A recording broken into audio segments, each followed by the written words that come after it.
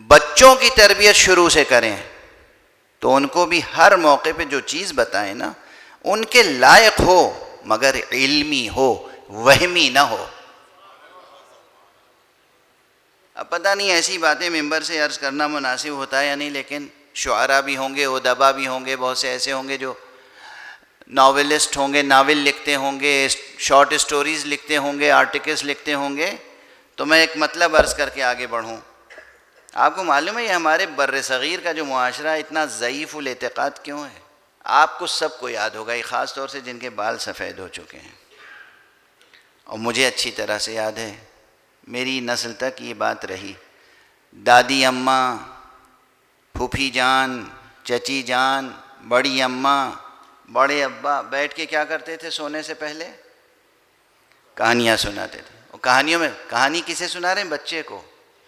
اور کہانی میں کنٹینٹ کیا ہوتا تھا؟ کیریکٹرز کیا ہوتے تھے؟ جن، بھوت، پریت، شہزادوں کی شادی، معاشقہ۔ شہزادہ تو تھا، اس کو عشق ہو گیا کسی شہزادی سے۔ اب بتائیے، یہ وہ کنٹینٹ تھا، یہ وہ لٹریچر تھا جو بچوں کے لائق نہیں تھا۔ جب کئی نسلیں اس طرح کے کمزور، بیمار اور وہمی ادب کے سائے میں پروان چڑھیں تو وہ معاشرہ کیسا ہوگا؟ اب ہر آدمی بڑا ہو گیا لیکن اسے پاؤں اٹھاتے ہوئے ڈر لگتا ہے، کہیں جن نظر آتا ہے، کہیں بھوت نظر آتا ہے، کہیں سحر نظر آتا ہے، کہیں جادو نظر آتا ہے۔ سمجھ رہے ہیں آپ کیوں ہوا؟ یہ وہمی ادب، اس وہمی ادب سے چھٹکارا دلائیے اور ایسی کہانیاں، ایسے قصے، ایسی باتیں بچوں کو سنائیے جو قرآنی ہوں، روائی ہوں، حدیثی ہوں، اہل بیت کے کردار پہ مشتمل ہوں اور ساتھ ساتھ سائنسی ہوں۔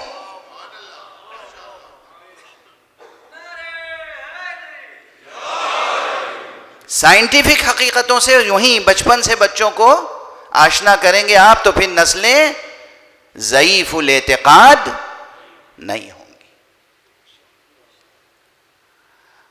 تو یہ سب کیا ہوا؟ بچپن سے کون سی غذا ملنی چاہیے؟ علمی، معرفتی، اعتقادی۔ اب بس ایک جملہ سن لیجیے آقا امام حسن مجتبیٰ علیہ السلام۔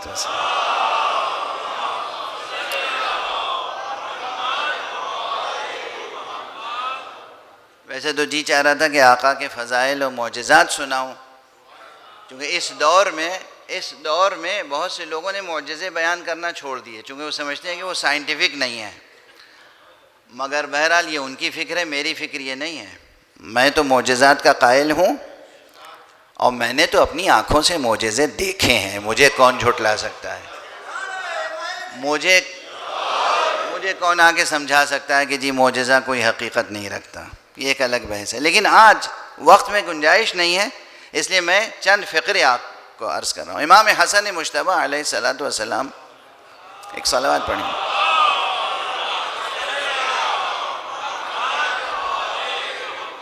نے ایک مرتبہ اپنے خاندان کے سب بچوں کو اکٹھا کیا۔ ذرا فقرہ سنیے گا، بچوں کو، چھوٹے چھوٹے بچوں کو، خاندان کے اکٹھا کیا، اور جملہ کیا کہا؟ کونوا اوعیۃ العلم، بچوں تم سب کے سب ظرف علم بن جاؤ، ظرف علم بن جاؤ۔ تم اپنے وجود کو وہ ظرف بنا دو جس میں علم بھرا ہوا ہو۔ تمہارا ذہن، تمہارا قلب علم سے لبریز ہونا چاہیے۔ یہ امام کسے سکھا رہے ہیں؟ بچوں کو۔ کونوا اوعیۃ العلم، تعلموا العلم، سیکھو علم، واکتبوہ، اور اسے لکھو، وضعوہ فی بیوتکم، اور اس کو اپنے گھروں میں رکھو۔ یہ کس کے ارشادات ہیں؟ امام حسن مجتبیٰ علیہ السلام۔ اور اس کے بعد اب جو فقرہ جو میں پہلے سے عرض کرنا چاہ رہا ہوں وہ یہ ہے، دو جملے ہیں، اور کیا قیامت کے جملے ہیں۔ اس میں آپ کو اللہ اور دنیا کا فرق سمجھ میں آ جائے گا۔ عموماً کیا کمزوری میں مبتلا رہتے ہیں سب؟ دنیا دنیا دنیا دنیا دنیا. سادات کو اور شیعوں کو تو یہ یاد رکھنا چاہیے، اس غدارہ سے محبت جس کو ہمارے بابا نے 3 طلاقیں دی ہوں، یہ کون سی وفاداری ہے؟ یہ کون سی وفاداری ہے؟ مولا امیر المومنین علی ابن ابی طالب علیہ السلام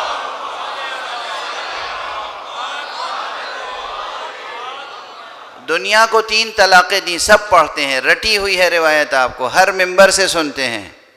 یہ سنتے ہیں کہ مولا نے 3 طلاقیں دے دیں. ہمارے پہلے مولا نے طلاق نہیں دی تھی، صرف ارادہ کیا تھا. تو آپ کو ان شخصیتوں سے کتنا گلہ رہتا ہے. اور یہ تو دنیا ہے جسے مولا علی نے طلاق دے دی تھی، اور 3 طلاقیں، فرمایا تھا کہ لا رجعت فیہا لا رجعت بعدہا، اس کے بعد کوئی رجعت نہیں ہے، رجوع نہیں ہے. اور اس کے عشق میں سب گرفتار ہیں. علی کی طلاق دادا اور ٹھکرائی ہوئی دنیا کے عشق میں سب گرفتار ہیں. یہ کون سی وفاداری ہوئی بھائی؟ یہ کون سی وفاداری ہے؟ اور اگر بزرگ بوڑھے یہ دنیا کے عشق میں مبتلا رہیں گے تو پھر بچے کیا کریں گے؟ پھر ہم سے آگے پوچھیں گے کیا کریں کہ بچے گمراہ نہ ہوں. سمجھ رہے ہیں؟ تمام تر گمراہیوں کی جڑ حب دنیا ہے. اگر کوئی قاتل حسین بھی بنا ہے تو کیوں قاتل حسین بنا ہے؟ حب دنیا. عمر ابن سعد نحس کس لیے امام کے قتل کے لیے آیا؟ ایک چھوٹا سا اس زمانے میں صوبہ ہوا کرتا تھا رے کی محبت میں، رے کی حکومت، رے کی گورنری. واضح ہے، روشن ہے. اب سن لیجئے امام حسن مجتبیٰ کا جملہ اور فرق واضح ہو جائے گا. فرماتے ہیں علم و معرفت کی اہمیت بھی ہے یہاں پر. فرما رہے ہیں من عرف اللہ احبہ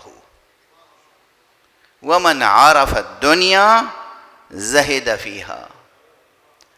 جو اللہ کی معرفت پیدا کر لیتا ہے وہ اللہ سے محبت کرنے لگتا ہے، اور جسے دنیا کی معرفت حاصل ہو جاتی ہے وہ دنیا سے دور ہونے لگتا ہے.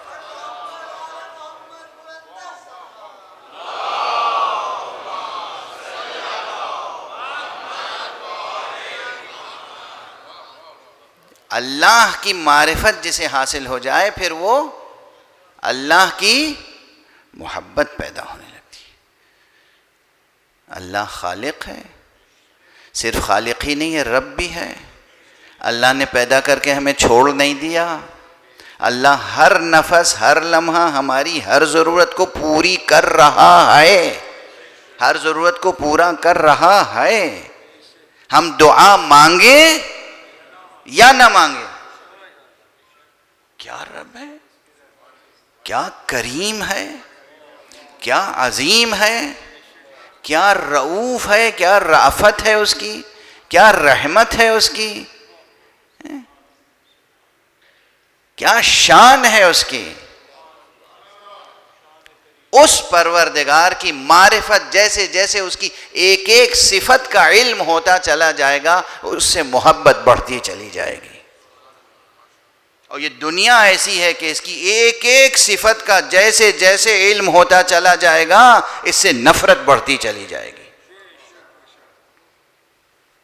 یہ ہے امام حسن مجتبیٰ علیہ السلام کا قول. آپ صلوات پڑھنے میں